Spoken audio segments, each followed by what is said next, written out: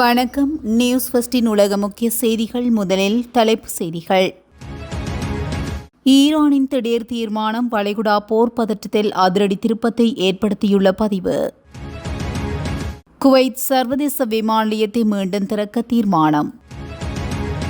America அனுமதித்தால் ஈரானுக்கு எதிராக புதிய போர். இஸ்ரேல் அதிரடி அறிவிப்பு. அமெரிக்காவின் கடற்படை முற்றுகை. கராச்சி துறைமுகத்தில் ஈரானின் 3000 கொள்கலன்கள் தேக்கம். அமெரிக்காவுடனான அமைதி பேச்சுவார்த்தை. பாகிஸ்தானுக்கு செல்லவுள்ள ஈரானிய தூதுக்குழு.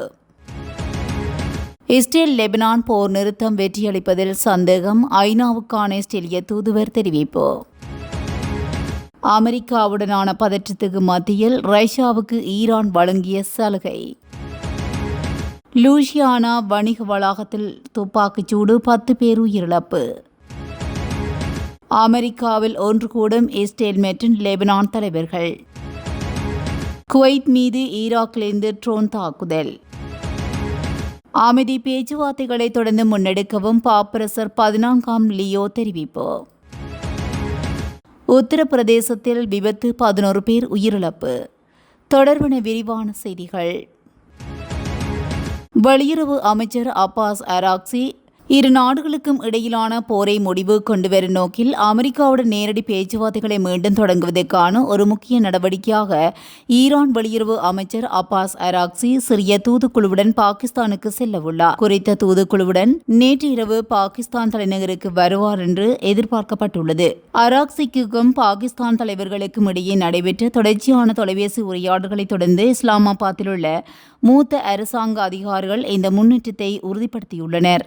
தற்போது அராக்சியின் பாகிஸ்தான் பயணம் அமெரிக்காவுடன் உடனடியாக பேச்சுவார்த்தை நடத்துவதற்காக அல்ல, மாறாக பாகிஸ்தான் அதிகாரிகளுடன் பேசுவதற்காகவே இருதரப்பு ரீதியானது என்று ஈரானிய அரசு செய்தி நிறுவனம் தெரிவித்துள்ளது. இஸ்லாமாபாத்துக்கு பிறகு அராக்சி மாஸ்கோ மற்றும் மஸ்கட்டுக்கு பயணம் செய்வார் என்றும் தெரிவிக்கப்பட்டுள்ளது. இருப்பினும் ஹார்முஸ் நீரிணையில் பல நாட்களாக அதிகரித்து வந்த மோதல் போக்கிற்கும் பதற்றத்துக்கும் பிறகு அமெரிக்காவுக்கும் ஈரானுக்கும் இடையில் ஒரு முன்னேற்றத்தை ஏற்படுவதற்கான அதிக வாய்ப்பு இப்போது இருப்பதாக பாகிஸ்தான் அதிகாரி கூறியுள்ளமை குறிப்பிடத்தக்கது. குவைத் ஏர்வேஸ் எதிர்வரும் ஞாயிற்றுக்கிழமை 26ஆம் தேதி முதல் மீண்டும் விமான சேவையை தொடங்கவுள்ளதாக சர்வதேச செய்திகள் தெரிவிக்கின்றன. குவைத் சர்வதேச விமான நிலையத்திலிருந்து குறித்த சில நாடுகளுக்கு மட்டும் விமானங்கள் இயக்கப்படும் எனவும் குறித்த செய்தியில் குறிப்பிடப்பட்டுள்ளது. இதனைத் தொடர்ந்து குவைத் சிவில் விமான போக்குவரத்து அதிகாரம் படிப்படியாக விமான சேவையை முழுமையாக மீட்டெடுப்பதற்கான ஒரு திட்டத்தின் பகுதியாகவே இது தெரிவிக்கப்பட்டுள்ளது. மேலும் ஈரான் குறித்து மேற்கொள்ளப்பட்டு வருகின்ற போரின் காரணமாகவே குவைத் தனது வான்வெளியை பிப்ரவரி 28 முதல் மூடியிருந்தது. இதனைத் தொடர்ந்து அந்த காலத்தில் விமான நிலையமும் அதன் சுற்றுப்புறங்களும் பலமுறை தாக்கப்பட்டது என குறித்த செய்திகள் விளக்கியுள்ளன. இஸ்ரேலுக்கும் லெபனானுக்கும் இடையிலான போர் நிறுத்தம் மேலும் 3 வாரங்களுக்கு நீடிக்கப்பட்டுள்ளதாக அமெரிக்க ஜனாதிபதி டொனால்ட் ட்ரம்ப் தெரிவித்துள்ளார். போர் நிறுத்தத்தை மேலும் 3 வாரங்களுக்கு நீடிக்க இஸ்ரேலும் லெபனானும் ஒப்புக்கொண்டதாக குறிப்பிட்டுள்ளார். வெள்ளை மாளிகையில் நடைபெற்ற சிறப்பு கூட்டத்துக்கு பிறகு இந்த அறிவிப்பு வெளியிட்டுள்ளார். வெள்ளை மாளிகையில் நடைபெற்ற இந்த கூட்டத்தில் துணை ஜனாதிபதி ஜேடி வான்ஸ் மற்றும் வெளியுறவுத்துறை அமைச்சர் மார்க்கோ ரூபியோ ஆகியோரும் கலந்து கொண்டனர். கூட்டத்துக்கு பிறகு பேசிய டொனால்ட் ட்ரம்ப் ஹிஸ்புல்லாவால் ஏற்படும் அச்சுறுத்தல்களிலிருந்து லெபனானை பாதுகாக்க அமெரிக்காவும் உதவும் என்று மேலும் கூறியுள்ளார். ஈரானுக்கு எதிராக அணு ஆயுதங்களை பயன்படுத்துவதை ட்ரம்ப் நிராகரித்துள்ளதுடன் மேலும் தெஹ்ரானுடனான ஒப்பந்தத்தை அவசரப்படுத்த மாட்டேன் என்றும் கூறியுள்ளார். நீண்டகால அமைதி ஒப்பந்தத்திற்கு தலைமை தாங்குவதற்காக வரும் வாரங்களில் இஸ்ரேலிய பிரதமர் பெஞ்சமின் நெதன்யாகு மற்றும் லெபனான் அதிபர் ஜோசப் அவுன் ஆகியோரை வெள்ளை மாளிகைக்கு அழைக்கப் போவதாகவும் தெரிவித்துள்ளார். இதற்கிடையில் ஈரான் மீது அமெரிக்கா தொடர்ந்தும் கடுமையான நிலைப்பாட்டை எடுத்து வரும் நிலையில் ஈரானுடன் ஒரு உடன்பாட்டுக்கு வருவதில் தனக்கு அவசரம் இல்லை என்றும் தற்போதைய திட்டம் மிகவும் வெற்றிகரமாக உள்ளதாகவும் கூறியுள்ளார். இருப்பினும் அமெரிக்கா அனுமதித்தால் ஈரானுக்கு எதிராக ஒரு புதிய போரை தொடங்கிய தயாராக இருப்பதாக இஸ்ரேலிய பாதுகாப்பு அமைச்சர் குறிப்பிட்டுள்ளார். இருப்பினும் தங்கள் நாட்டின் நிலவும் ஒற்றுமையை யாராலும் உடைக்க முடியாது என்று ஈரானிய தலைவர்கள் பதிலடி கொடுத்துள்ளனர். காசா மற்றும் மத்திய கிழக்கு நிலை வரும் பதற்றமான சூழலில் ஈரானுக்கு அனுப்பப்பட வேண்டிய சுமார் 3000 சரக்கு கொள்கலன்கள் பாகிஸ்தானின் கராச்சி துறைமுகத்தில் தேங்கி கிடப்பதாக தகவல்கள் வெளியாகியுள்ளன.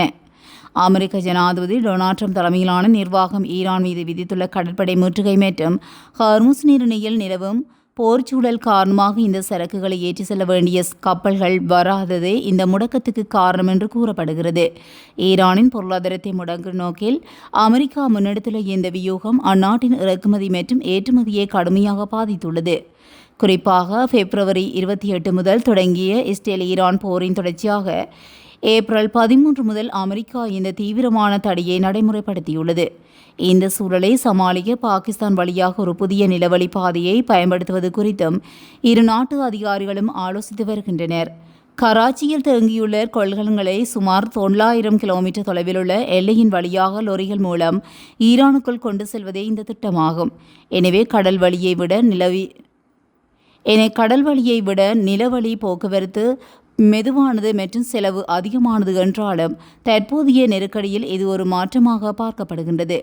இதற்கு இடையில் ஹார்முஸ் நீரிணையில் முழுமையாக மூடாமல் ஈரானுக்கு சார்பான நாடுகளின் கப்பல்களுக்கு மட்டும் அனுமதி வழங்கி ஈரான் சுங்க கட்டணம் வசூலித்து வருவதாகவும் இதற்காக சீனா யுவான் மற்றும் கிரிப்டோ கரன்சிகளை ஈரான் பயன்படுத்துவதாகவும் தகவல்கள் தெரிவிக்கின்றன. இருப்பினும் கப்பல்களுக்கான காப்பீட்டுத் தொகை பல மடங்கு அதிகரித்துள்ளது என்றும் ஈரானுக்கான வர்த்தகத்தில் பெரும் சவாலாக உள்ளது என்றும் தெரிவிக்கப்பட்டுள்ளது. அமெரிக்காவில் குடிவரவு அமலாக்க முகாமைகளுக்கான நிதியை ஒதுக்கீடு செய்து நீண்டகாலமாக நிலைவரும் அரசு துறை முடக்கத்தை முடிவு கொண்டு வருவதற்கான முக்கிய தீர்மானம் செனட் சபையில் நிறைவேற்றப்பட்டுள்ளது. சுமார் 50-48 என்ற வாக்கு கணக்கில் குடியரசுக் கட்சியினர் தங்களது பெரும்பான்மையை பயன்படுத்தி இந்த தீர்மானத்தை பாதுகாத்துள்ளனர். மினசோட்டாவில் குடிவரவுத்துறை அதிகாரிகள் நடத்திய துப்பாக்கிச் சூட்டில் 2 கொல்லப்பட்டதைத் தொடர்ந்து அந்த துறையில் சீர்திருத்தங்கள் செய்யப்பட வேண்டும் என ஜனநாயக கட்சியினர் பிடிவாதம் காட்டியதனால் கடந்த பிப்ரவரி மாதம் 14 முதல் உள்நாட்டு பாதுகாப்புத்துறை எவ்வித நிதியுமின்றி முடங்கியுள்ளது.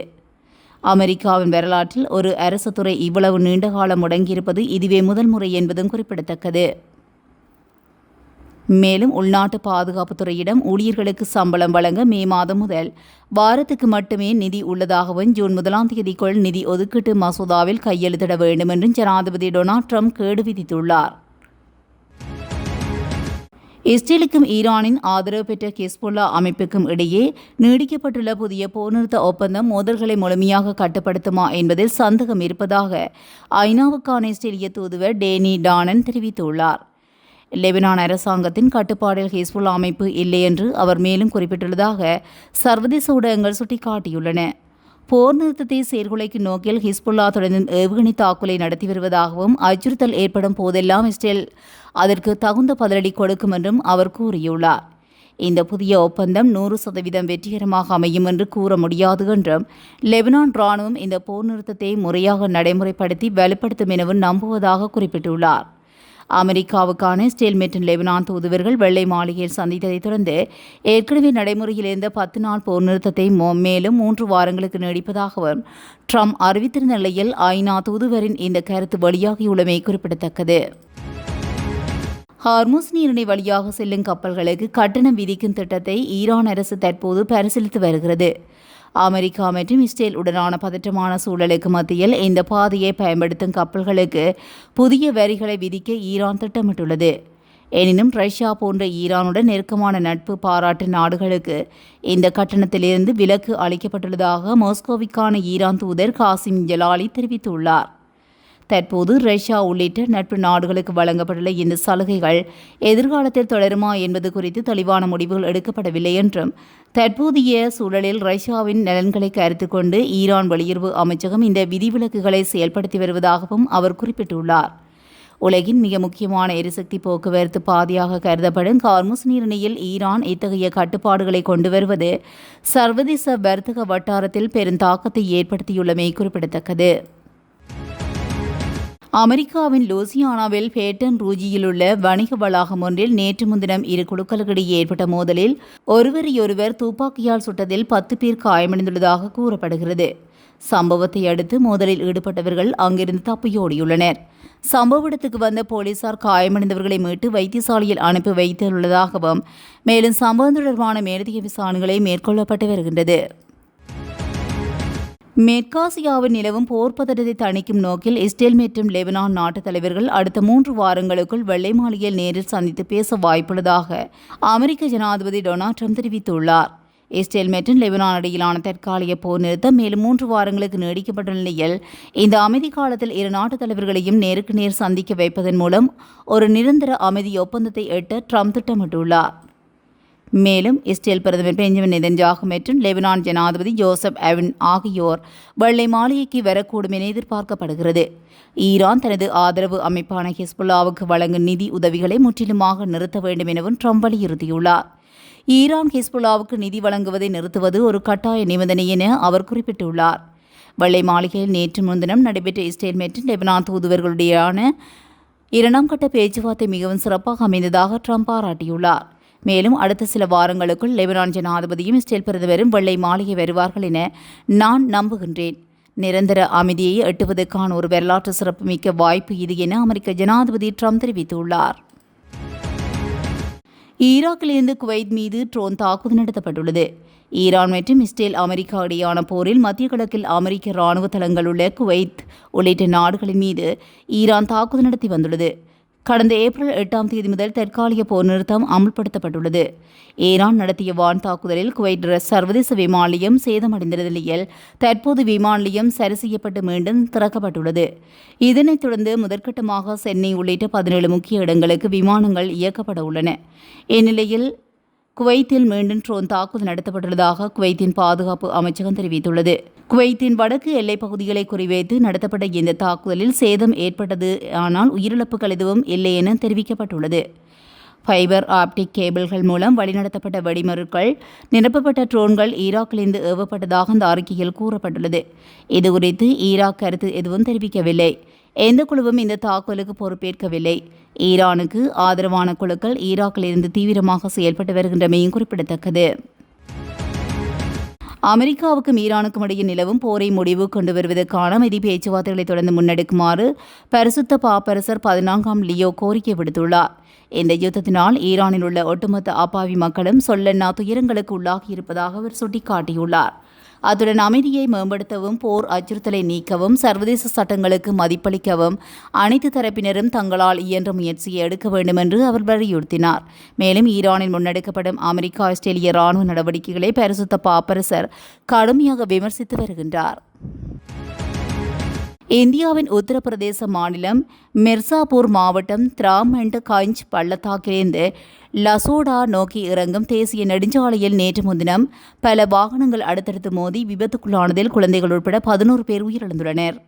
இந்நிலையில் உயிரிழந்தவர்களின் குடும்பத்தினருக்கு தலா ரூபாய் 2 லட்சம் ரூபாயும், காயமடைந்தவர்களுக்கு தலா 50,000 ரூபாயும் நிவாரண நிதியும் வழங்கப்படும் என பிரதமர் மோடி அவரது எக்ஸ் தளத்தில் பதிவிட்டுள்ளார். இதுபோன்ற செய்திகளை உடனுக்குடன் தெரிந்து கொள்ள நியூஸ் ஃபர்ஸ்டுடன் இணைந்திருங்கள். நன்றி, வணக்கம்.